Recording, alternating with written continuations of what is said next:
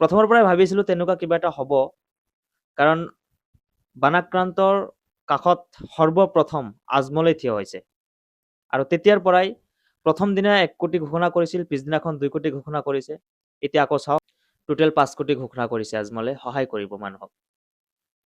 এয়া কোনো হিন্দু বা মুছলমানৰ কাষত নহয়, এয়া সম্পূৰ্ণ মানৱতাৰ কাষত থিয় দিছে। আজমলে নিজেও কৈছে যে ইয়াতে আমি এতিয়া হিন্দু বা মুছলমানৰ ৰাজনীতি কৰিলে লাভ নহ'ব, আমি এতিয়া ইনচানিয়ত হিচাপে ইনচানৰ কাষত থিয় হ'ব লাগিব, বানাক্ৰান্তৰ কাষত থিয় হ'ব লাগিব, আমি বানাক্ৰান্ত মানুহক সহায় কৰি আছো। তেওঁলোকৰ কথা শুৱৰি চকুলো টুকিছে বেচেৰাই।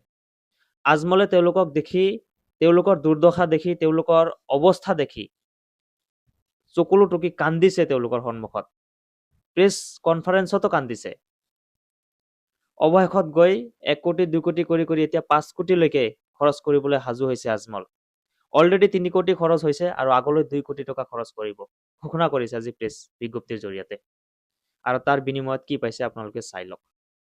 অন্তত হিন্দু সুৰক্ষা অসমে এনেকুৱা ধৰণৰ প্ৰেছ বিজ্ঞপ্তি দিয়াৰ আগতে এশবাৰ ভাবিব লাগিছিল যে আচলতে কি দি আছো।